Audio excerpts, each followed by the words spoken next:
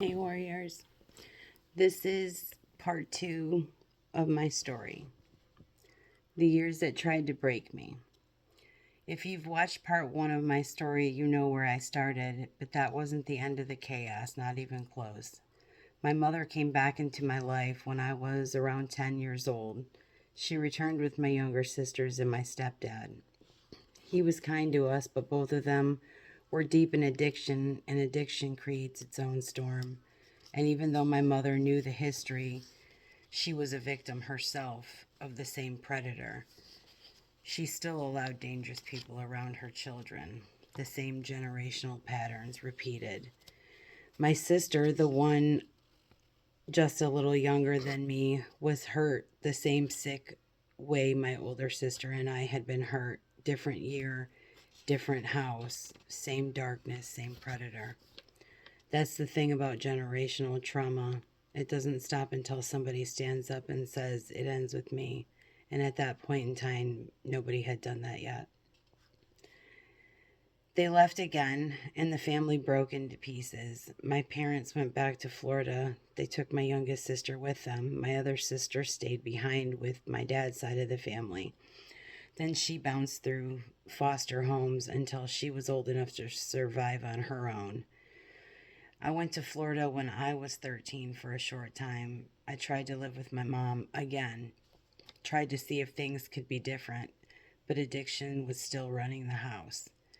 My things kept disappearing, and deep down I knew why.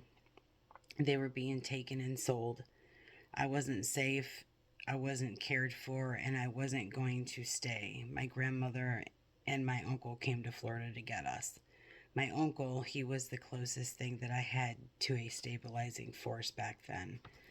The kind of person who would actually show up. We will talk more about him later. He's a whole story in itself. Um, but we went back to Michigan. That's when my mother found out she had a bad virus, and shortly after that, she left again with my stepdad. When I was about 16, they came back, and I tried again because children always try again, even when adults don't deserve it. I lived with them for a while, my mom, my stepdad, and my younger sister, just down the road from my aunt and uncle. But it didn't last. The chaos never stopped. The instability never changed. So I left and I went to Tennessee to stay with my sister, my older sister, and that's where my life shifted into a new chapter. Um, I was gonna put two in part three, but I'm just trying to figure where I left off because I'm just gonna read them all together. So pretty much, I got to my sisters, and she had just had um, a baby, but we were both carrying so much trauma, and she was in an even darker place than I was at the time. It was survival mode for both of us, and it was not a healthy environment. In the middle of all that, I met the man who became the father of my first daughter. We were young, and both of us were broken in different ways. I wasn't in love, but I thought I had to stay because the one thing I promised myself was that my daughter wouldn't grow up without a family like I did. But he had serious anger issues, and eventually that anger became physical. The day he broke my nose was the day everything changed. My uncle, the same uncle that showed up for me as a child, bought my daughter and I plane tickets. But our friends knew I was leaving and agreed to take me to the airport.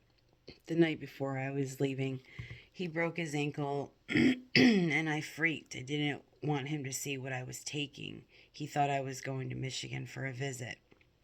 So I convinced him to at least show up at work to show them he was hurt and to go straight to his grandmother's as I wouldn't be there to take care of him. So I was able to take the things that I needed. And yes, by then we were married. We were only 18. My grandmother came to the wedding. He blew up in front of her, and I told her. he was hurting me. Her response was, "You married him, now you have to stay." Those were the messages women in my family were raised on, generations of them. My grandfather had been extremely violent towards my grandmother and their kids. So violent that the court records literally described it as intense brutality. And that mindset got passed down. You stay even if it destroys you. But I didn't. I got out. I stayed with my great aunt when I got back to Michigan. Her husband passed away while we were there, so it was a heavy time in the house. But underneath that grief, I had this feeling someone is going to come for me. My ex's family had connections with a judge in Tennessee, and I knew it was only a matter of time before things caught up with me. And sure enough, one morning I was sitting at the breakfast table thinking they're going to show up any day now, and then I heard a knock. It was the police, a whole group of them at the door. My aunt went into full protective mode like a mama bear ready to fight the entire department. They had a child kidnapping warrant for me. That's how far the system can be twisted when people have the right connections. I wasn't a kidnapper. I was a mother escaping violence, but the paperwork didn't care about the truth. That was the moment the universe tested whether I would repeat the cycle or break it. And this is where part 2 ends, legends. Love you.